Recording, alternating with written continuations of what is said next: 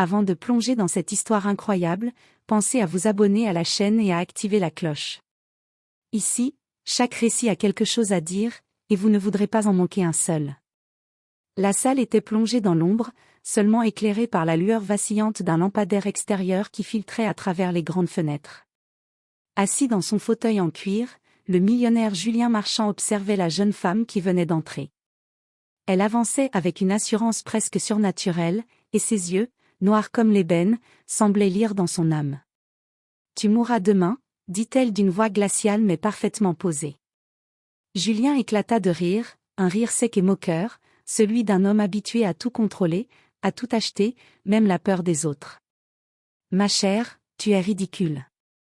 Je ne crains ni la mort ni les menaces d'une inconnue. » La jeune femme ne bougea pas. Elle croisa les bras, ses lèvres fines se plissant en un léger sourire presque cruel. « Riez tant que vous voulez.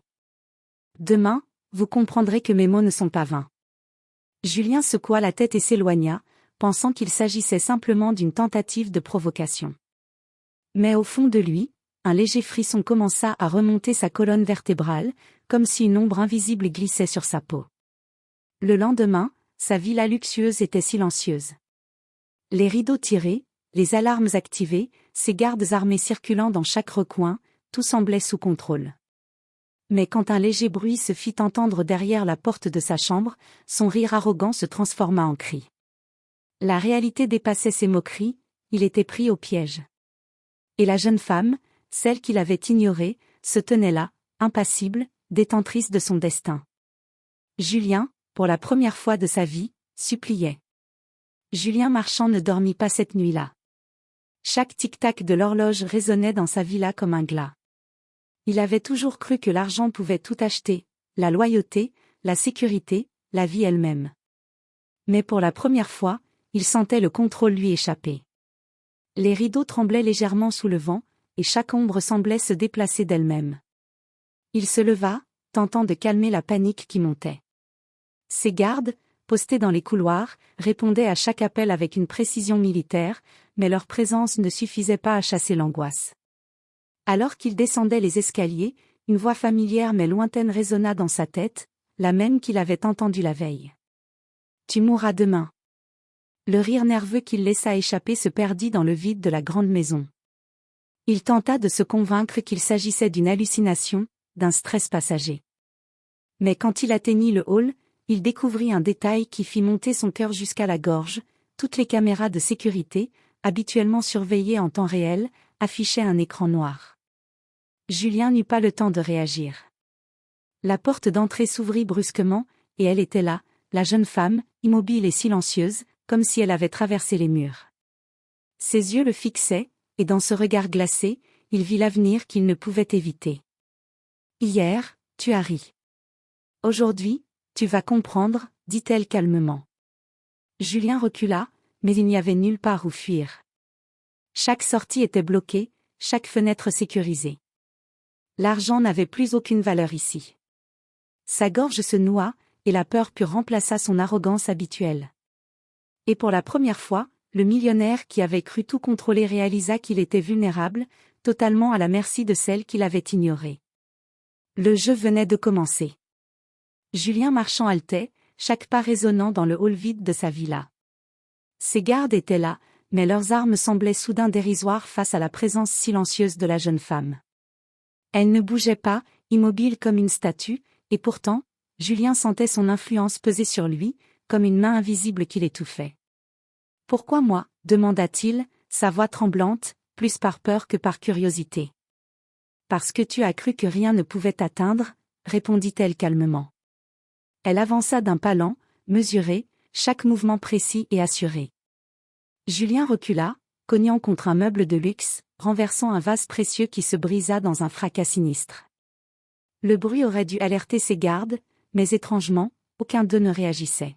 « Tu vas comprendre que l'argent ne peut acheter ni la vie, ni la sécurité, ni le temps », continua-t-elle, sa voix glaciale s'infiltrant dans chaque recoin de la pièce. Julien sentit son cœur battre si fort qu'il en avait mal à la poitrine. Il tenta de parler, de négocier, mais aucun mot ne sortit. Tout son pouvoir, toute sa fortune, semblait s'évanouir dans cette atmosphère pesante. Soudain, la jeune femme fit un geste subtil de la main, et les lumières s'éteignirent. Le hall sombra dans une obscurité totale. Julien chancela, désorienté, et dans le noir, il entendit un murmure qu'il n'oublierait jamais. « Demain, tu mourras, et il n'y aura personne pour te sauver. » Une sueur froide parcourut son dos. Pour la première fois, Julien comprit que sa vie n'était plus entre ses mains. Julien marchant se précipita vers la sortie principale, sa respiration haletante résonnant dans les couloirs vides.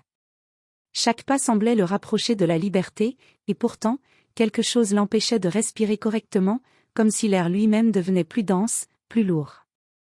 Les caméras de sécurité étaient tout hors service, les portes automatiques verrouillées, et même ses gardes semblaient figés, incapables d'intervenir. Le millionnaire comprit alors avec terreur, il n'y avait aucun moyen de fuir. « Qui êtes-vous vraiment » cria-t-il, sa voix tremblante. « Quelqu'un qui ne peut être ignoré » répondit la jeune femme, apparaissant soudain derrière lui, silencieuse comme une ombre. Avant qu'il ne puisse réagir, elle fit un geste et un écran holographique surgit au centre du hall, projetant des images de sa vie entière, ses erreurs, ses manipulations, ses trahisons. Julien sentit son cœur se serrer. Chaque secret qu'il croyait bien gardé était maintenant exposé, chaque faux pas amplifié. Demain, tu ne pourras plus rire. Demain, tu supplieras pour ta vie. Et tu comprendras ce que signifie perdre le contrôle, dit-elle, ses yeux noirs fixés sur lui. Julien recula, trébucha sur un tapis et s'effondra au sol.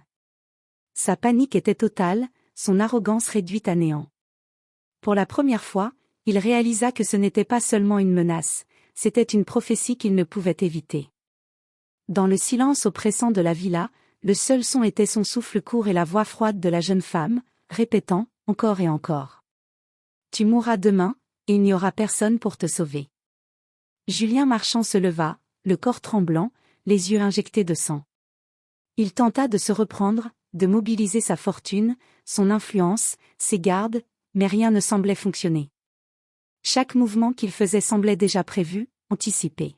« Vous jouez avec moi » hurla-t-il, la voix emplie de colère et de peur. « Je ne joue pas » répondit-elle calmement, ses mains croisées devant elle.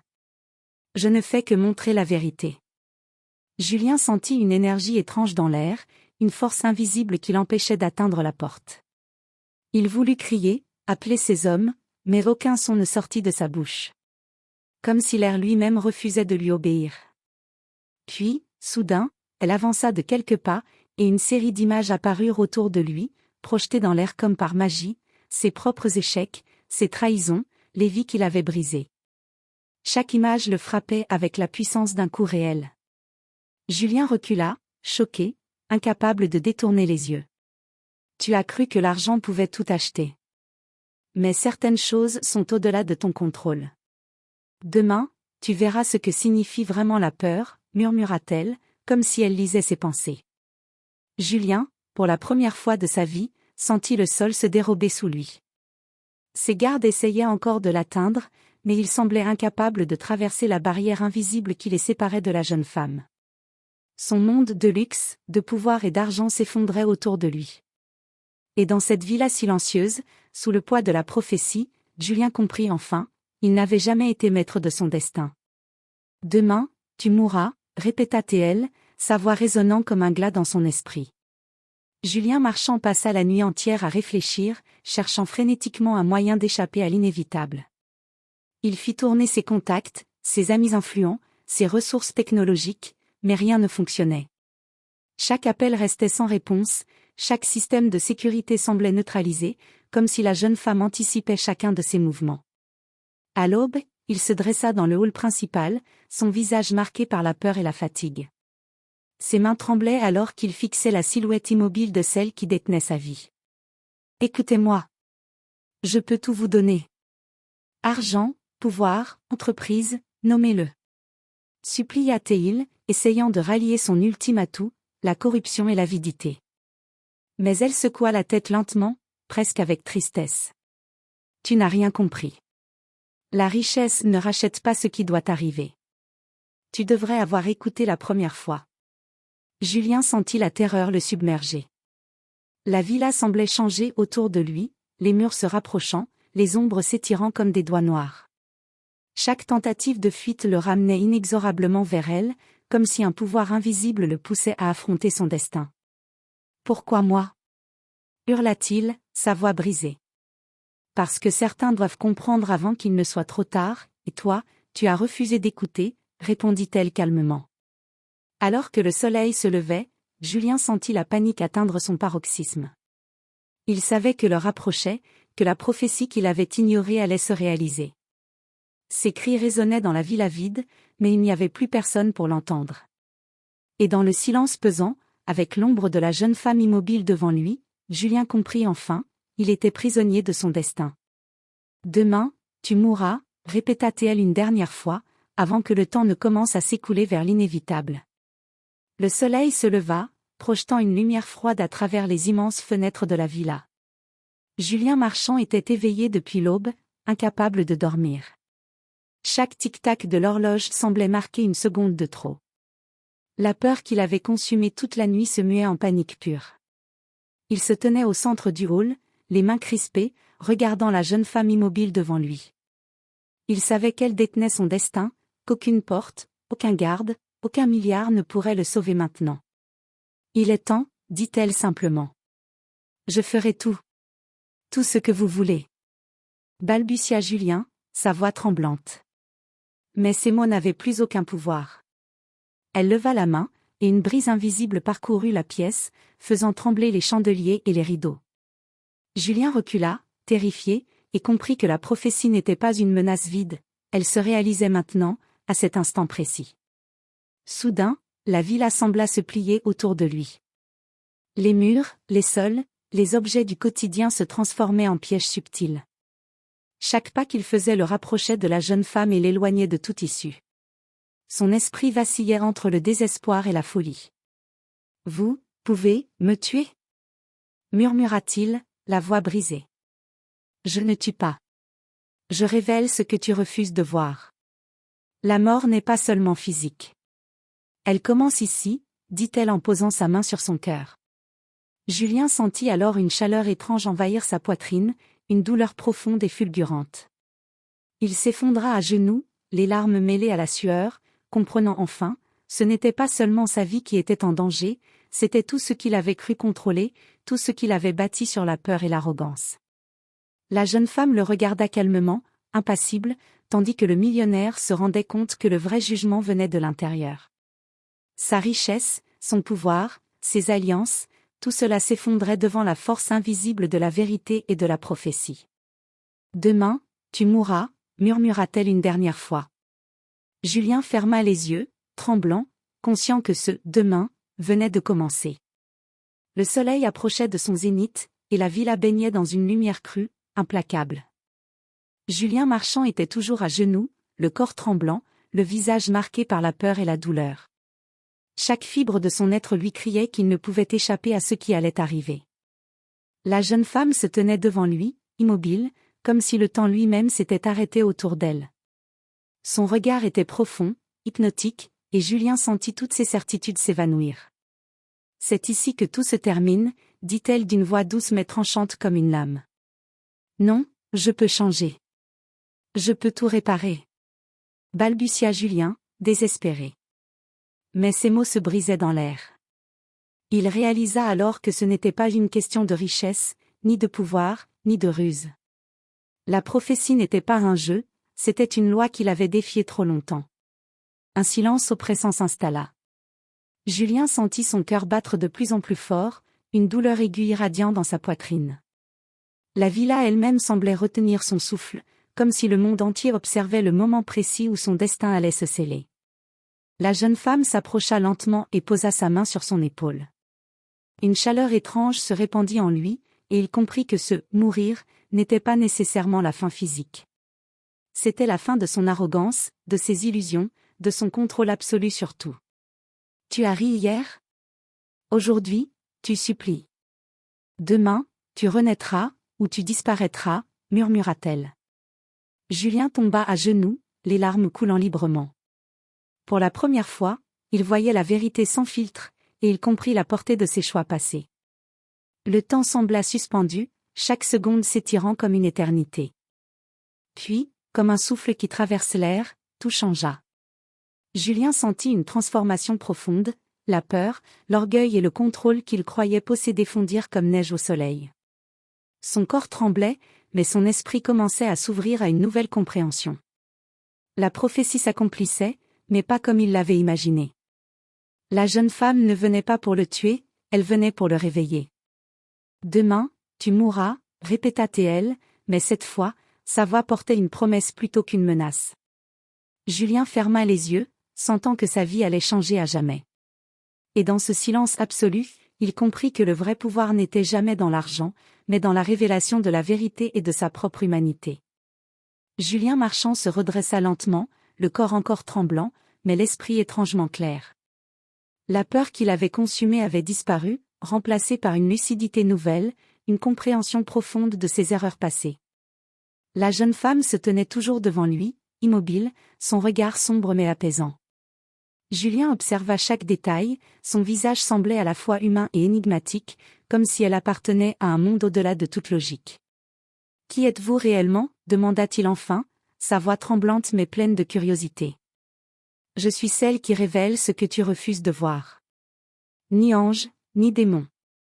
Simplement la vérité incarnée, » répondit-elle calmement. Julien sentit ses jambes faiblir. Tout ce qu'il avait construit, son empire, son arrogance, sa certitude d'invulnérabilité lui apparut maintenant comme des illusions fragiles. Et dans ce miroir qu'elle lui tendait, il ne voyait pas seulement ses fautes, il voyait son humanité, sa peur, sa capacité à changer. « Pourquoi moi ?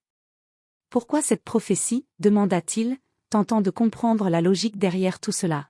« Parce que certains doivent apprendre avant de disparaître. Tu as été averti, et tu as survécu parce que tu as été prêt à regarder la vérité en face, » dit-elle. Un silence respectueux s'installa. Julien se leva, les épaules affaissées, mais le regard plus droit qu'il ne l'avait jamais eu. Il savait maintenant que sa vie ne serait plus jamais la même. Sa richesse et son pouvoir avaient perdu leur sens. La véritable force résidait dans la conscience de ses choix et dans la capacité à réparer ses erreurs. « Vous êtes réel ?» demanda-t-il, à mi-chemin entre la crainte et la révérence. « Réel, oui. Mais plus encore, je suis ce que tu devais comprendre. Ton guide, ou ton juge. À toi de choisir ce que tu feras maintenant, » répondit-elle, son regard brillant d'une intensité presque surnaturelle.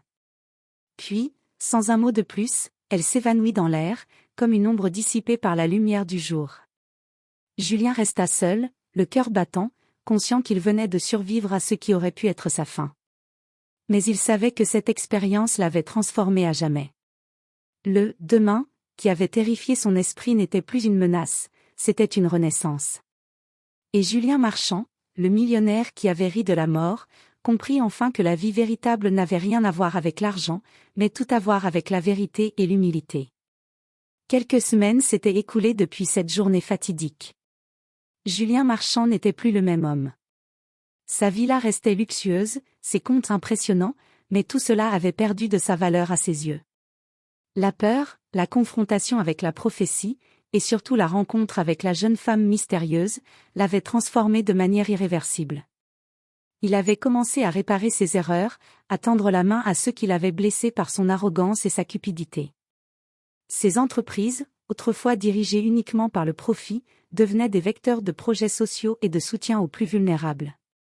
Chaque geste qu'il faisait était guidé par la mémoire de cette prophétie et de celle qui l'avait réveillée. Un soir, alors qu'il regardait le coucher de soleil depuis sa terrasse, il sentit à nouveau une présence derrière lui. Il se retourna, mais la jeune femme n'était pas là. Tout ce qu'il aperçut, c'était une légère brise qui fit frissonner son cou, comme si elle l'observait encore, silencieuse et invisible. Julien sourit, un sourire différent, sincère et apaisé. Il comprit alors que certaines rencontres ne sont pas faites pour durer physiquement, mais pour transformer l'âme. La jeune femme avait été son guide, son juge et son catalyseur. Grâce à elle, il avait survécu, mais surtout, il avait renaît. Et dans le calme de la nuit, il murmura pour lui-même.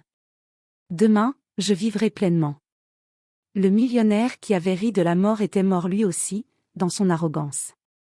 Mais l'homme qui se tenait là, humble et conscient de sa propre humanité, venait de naître. Et cette renaissance, Julien savait qu'elle durerait bien au-delà de toute prophétie.